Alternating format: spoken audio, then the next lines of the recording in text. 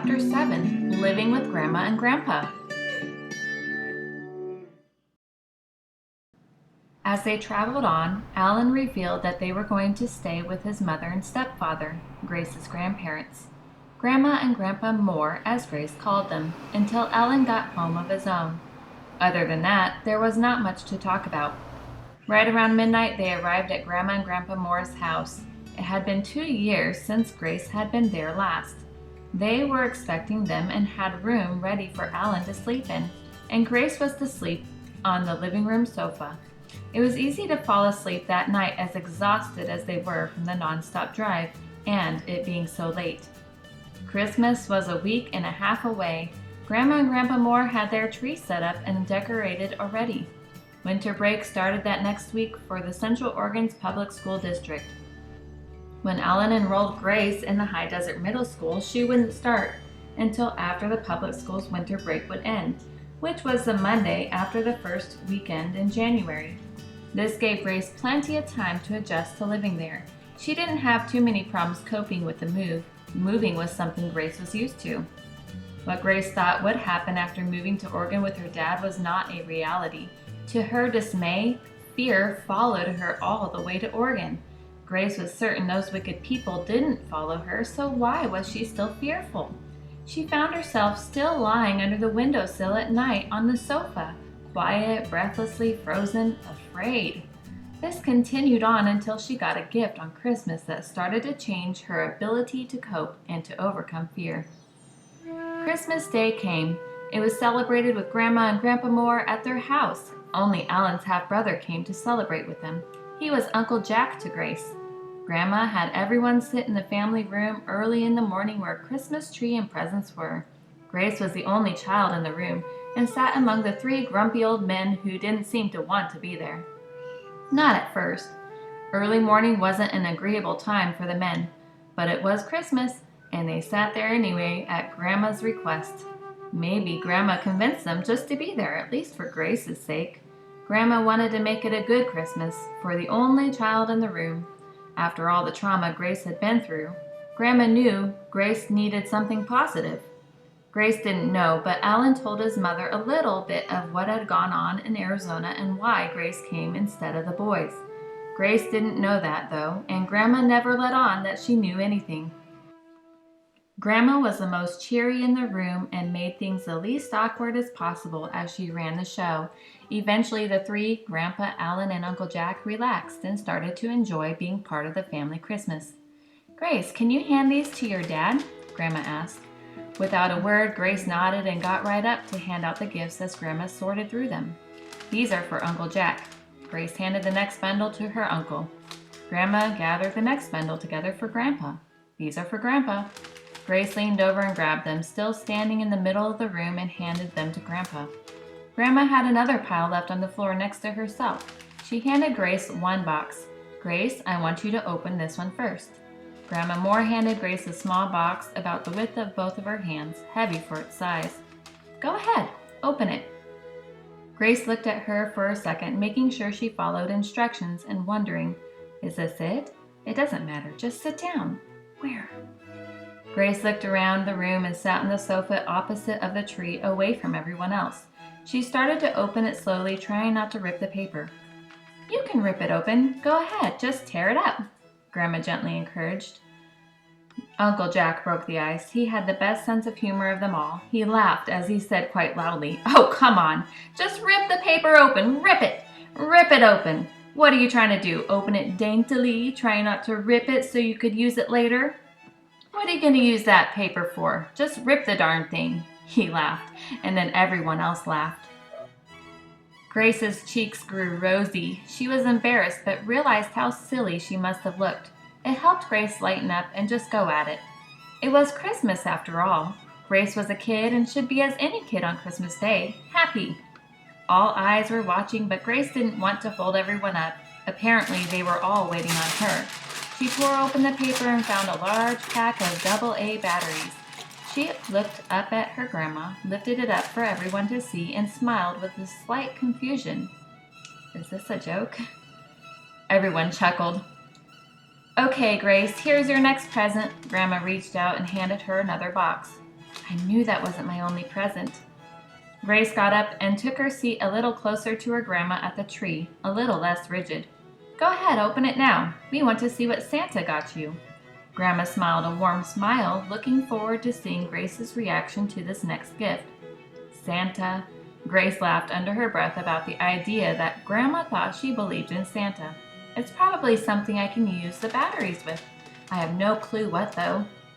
Grace didn't know what to expect next. This time she tore the wrapping paper off, not about to be teased by Uncle Jack again. It was a portable compact disc CD player that came with headphones. Everyone oohed and awed, and Grace was delighted to have her own CD player. It was something that many kids had. Now she had one with enough batteries to last a lifetime, she thought. There was one problem. She wouldn't be able to use it as she had no CDs of her own. Alan's gift to Grace was money so that she could pick out her own gift later that week. Grandma suggested, maybe you can get some CDs that you like now. Grace liked that suggestion and liked shopping for her own things. Grandma and Grandpa also got Grace a few more presents, some clothes, as she was going to start a new school year after winter break and wanted her to feel confident in herself. Everyone opened their gifts, but Grace paid no attention. She was trying to get the CD player out of its hard plastic packaging. When everyone was done, Uncle Jack came out with a stack of about 12 CDs. Here, Grace, look through these. If you see something you like, keep it. This is my gift to you. They were from his personal CD collection. There was quite a range of music. Grace recognized only a couple artists, though they were all secular. She wasn't really familiar with most music unless it was Christian. Even then, she only knew what the Christian radio played. That's all Grace and Joy listened to in Arizona. That day, Grace spent going through and listening to the CDs that Uncle Jack brought out, trying to determine if she liked any of them. Most of them she did not like and didn't need to listen to more than one song. She ended up picking out 3, Fiona Apple, Selena, and Mariah Carey, and gave the rest back to Uncle Jack. She liked the soft, even, soothing sounds of some of the songs. Maybe this can help me sleep at night.